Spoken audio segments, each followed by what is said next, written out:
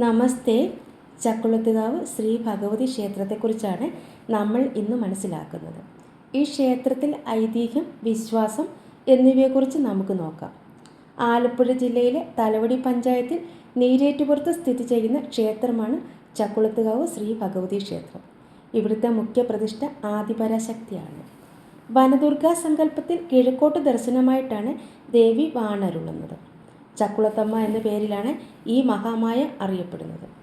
8 കൈകളോടുകൂടിയ ഭഗവതിയാണ് ഇവിടെ പ്രതിഷ്ഠിച്ചിരിക്കുന്നത്. ക്ഷേത്രത്തിൽ ഉപദേവതകളായി ഗണപതി ഭഗവാൻ, ശിവശങ്കരൻ, സുബ്രഹ്മണ്യസ്വാമി, ഹനുമാൻ, വിഷ്ണു ഭഗവാൻ, ശാസ്താവ്, നവഗ്രഹങ്ങൾ, യക്ഷിയമ്മ എന്നിവരും ഉണ്ട്. ഈ ക്ഷേത്രത്തെക്കുറിച്ചുള്ള ഐതിഹ്യം ഇങ്ങനെയാണ്. പണ്ട് കാട്ടിൽ വിറക് വെട്ടാൻ പോയ ഒരു വേടൻ തന്നെ കൊത്താൻ വന്ന സർപ്പത്തെ ഓടിക്കാനായി വെട്ടി. പക്ഷെ അത് ചത്തില്ല. വീണ്ടും ആ സർപ്പത്തെ ഒരു കുളക്കരയിലെ പുറ്റിൻ്റെ മുകളിൽ കണ്ട് വേടൻ അപ്പോഴും അതിനെ ആക്രമിച്ചു. ആക്രമണത്തിൻ്റെ ഭാഗമായി പുറ്റ് പൊട്ടുകയും അതിൽ നിന്നും ജലപ്രവാഹം ഉണ്ടാവുകയും ചെയ്തു. പേടിച്ചമ്പരന്ന വേടൻ നിന്നു. അപ്പോൾ ഒരു സന്യാസി പ്രത്യക്ഷപ്പെട്ടു. സന്യാസി പ്രത്യക്ഷപ്പെട്ടതിന് പുറകെ വേടൻ്റെ കുടുംബവും അവിടെ എത്തിച്ചേർന്നു. പുറ്റിൽ നിന്ന് വരുന്ന വെള്ളത്തിന് പാലും തേനും കലർന്ന നിറം വരുന്നത് കണ്ട് ജലപ്രവാഹം അവസാനിക്കുമെന്ന് സന്യാസി അവരോട് പറഞ്ഞു. പുറ്റിനകത്ത് ആദിപരാശക്തി ജലശയനം നടത്തിയ വെള്ളമാണ് ഇതെന്നും പുറ്റ് പൊളിച്ചാൽ ഒരു വിഗ്രഹം കിട്ടുമെന്നും അദ്ദേഹം പറഞ്ഞു.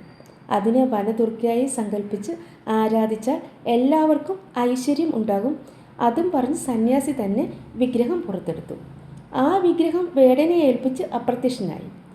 സന്യാസിയായി വന്നത് സാക്ഷാൽ നാരദമുനിയാണെന്ന് അന്ന് രാത്രിയിൽ വേടന് സ്വപ്നദർശനമുണ്ടായി. അങ്ങനെ നാരദമുനി കണ്ടെടുത്ത വിഗ്രഹമാണ് ചക്കുളത്തുകാവിലുള്ളത്.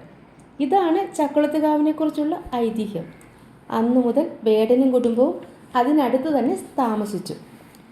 ദിവസവും കാട്ടിൽ പോയി ഭക്ഷണവും മറ്റും ശേഖരിച്ച് മൺപാത്രത്തിൽ പാകം ചെയ്ത് അവർ കഴിഞ്ഞു പോന്നു. ഭക്ഷണത്തിൻ്റെ ഒരു ഭാഗം ദേവിക്കും സമർപ്പിച്ചു.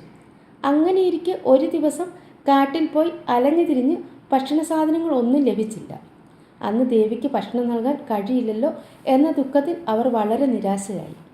എന്നും ഭക്ഷണം പാകം ചെയ്യുന്ന ആ മരത്തിന് കീഴിലെത്തിയപ്പോൾ ഭക്ഷണ സാധനങ്ങൾ എല്ലാം അവിടെ പാകം ചെയ്ത അവസ്ഥയിൽ ഇരിക്കുന്നത് കണ്ടു. ദേവിയുടെ കൃപ കൊണ്ടാണ് ആ ഭക്ഷണം കിട്ടിയതെന്ന് മനസ്സിലാക്കിയതിനാൽ അവർ ഉടൻ തന്നെ ദേവീമന്ത്രം ഉരുവിടാൻ തുടങ്ങി. ഉടൻ തന്നെ അന്തരീക്ഷത്തിൽ നിന്നും ഒരു അശരീരി ഉണ്ടായി. നിങ്ങൾക്ക് വേണ്ടി ഉണ്ടാക്കിയതാണ് ഈ ഭക്ഷണം. ആവശ്യത്തിന് കഴിച്ച് വിശ്രമിക്കൂ. നിങ്ങളുടെ നിഷ്കളങ്ക ഭക്തിയിൽ ഞാൻ സന്തുഷ്ടയാണ്. എന്നെ കൈവിടാത്തവർക്ക് ഞാൻ ദാസിയും തോഴിയും ആയിരിക്കും. ഭക്തിയോടെ ആരെന്നെ എവിടെ നിന്നും വിളിച്ചാലും ഞാൻ അവരോടൊപ്പം ഉണ്ടായിരിക്കും. ഈ ഓർമ്മ പുതുക്കാനാണ് ചക്കുളത്തുകാവിൽ ജനലക്ഷങ്ങൾ പൊങ്കാല അർപ്പിക്കുന്നത്. ഭക്തർ അമ്മയ്ക്ക് പൊങ്കാലയിടുമ്പോൾ അവരിൽ ഒരാളായി അമ്മയും ഉണ്ടാകും എന്നാണ് വിശ്വാസം. ഈ ക്ഷേത്രത്തിലെ മറ്റു പൂജകൾ നാരീപൂജ, വിളിച്ചു ചൊല്ലി പ്രാർത്ഥന, ലഹരിമോചന പ്രതിജ്ഞ എന്നിവയാണ്. വൃശ്ചിക മാസത്തിലെ തൃക്കാർത്തിക ദിവസം ഇവിടെ കാർത്തിക പൊങ്കാല നടക്കുന്നു.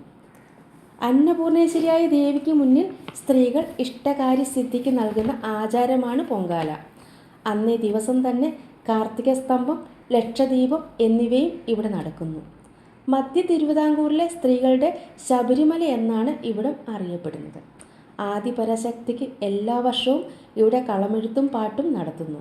ധനു 1 മുതൽ 12 ദിവസം നടത്തുന്ന ഉത്സവം 12ാം നോമ്പ് ഉത്സവം എന്നറിയപ്പെടുന്നു. ദേവിയെ ഭക്തിയോടുകൂടി ആര് വിളിച്ച് പ്രാർത്ഥിച്ചാലും അവരുടെ സങ്കടങ്ങളും ദുഃഖങ്ങളും എല്ലാം ദേവി മാറ്റി അവർക്ക് അനുഗ്രഹം നൽകുമെന്നാണ് നമ്മുടെ വിശ്വാസവും സങ്കല്പവും. അങ്ങനെയാണ് നടന്നുകൊണ്ടിരിക്കുന്നത്. പിന്നെ ഇവിടുത്തെ ഒരു പ്രത്യേകത, എത്ര ദൂരെ നിന്ന് വരുന്ന ആൾക്കാർക്കാണെങ്കിലും വെള്ളി, ഞായർ എന്നീ ദിവസങ്ങളിൽ ഭക്ഷണം ഉണ്ടായിരിക്കും. ഉച്ചയ്ക്ക് അന്നദാനം എല്ലാ ഭക്തർക്കും കിട്ടത്തക്ക രീതിയിലുള്ള ക്രമീകരണങ്ങൾ നമ്മുടെ ഈ അമ്പലത്തിൻ്റെ കാര്യവാഹികൾ ചെയ്യുന്നുണ്ട്. അതുപോലെ തന്നെ വിളിച്ച് പ്രാർത്ഥിച്ച് നമുക്ക് അത്ഭുതസിദ്ധിയോടുകൂടി തന്നെ നമ്മുടെ കാര്യങ്ങൾ നടത്തി തരുന്ന ദേവിയാണ്. അത്രയ്ക്ക് ശക്തിയുള്ളൊരു അമ്മയാണ് ഇവിടെ കുടികൊള്ളുന്നത്. ഈ ദേശത്തിനും ഈ നാടിനും ഈ കേരളത്തിനൊട്ടാകെ അമ്മയുടെ അനുഗ്രഹം ചൊരിഞ്ഞുകൊണ്ടിരിക്കുന്നു. ലക്ഷക്കണക്കിന് ഭക്തരാണ് ഈ അമ്പലത്തിൽ നിത്യവും തൊഴാൻ വരുന്നത്. അതുപോലെയുള്ള ശക്തിയാണ് ദേവിക്ക് ഇവിടെ ഉള്ളത്. ദേവി അതുപോലെ എല്ലാവരെയും അനുഗ്രഹിച്ച് ആണ് ഈ ക്ഷേത്രത്തിൽ കുടികൊള്ളുന്നത്. അപ്പോൾ എനിക്കറിയാവുന്ന ഐതിഹ്യ കഥകളൊക്കെയാണ് ഞാനിപ്പോൾ ഇതുവരെ നിങ്ങളോട് പറഞ്ഞത്. ഇനിയും ഈ ക്ഷേത്രത്തെപ്പറ്റി ഒരുപാട് കഥകളൊക്കെ ഉണ്ട്. അതൊക്കെ എല്ലാവരും വായിച്ചും കേട്ടും ഒക്കെ മനസ്സിലാക്കുക. എല്ലാവർക്കും എൻ്റെ വീഡിയോ ഇഷ്ടപ്പെട്ടിട്ടുണ്ടെങ്കിൽ എല്ലാവരും ഒന്ന് സപ്പോർട്ട് ചെയ്യുക. Thank you.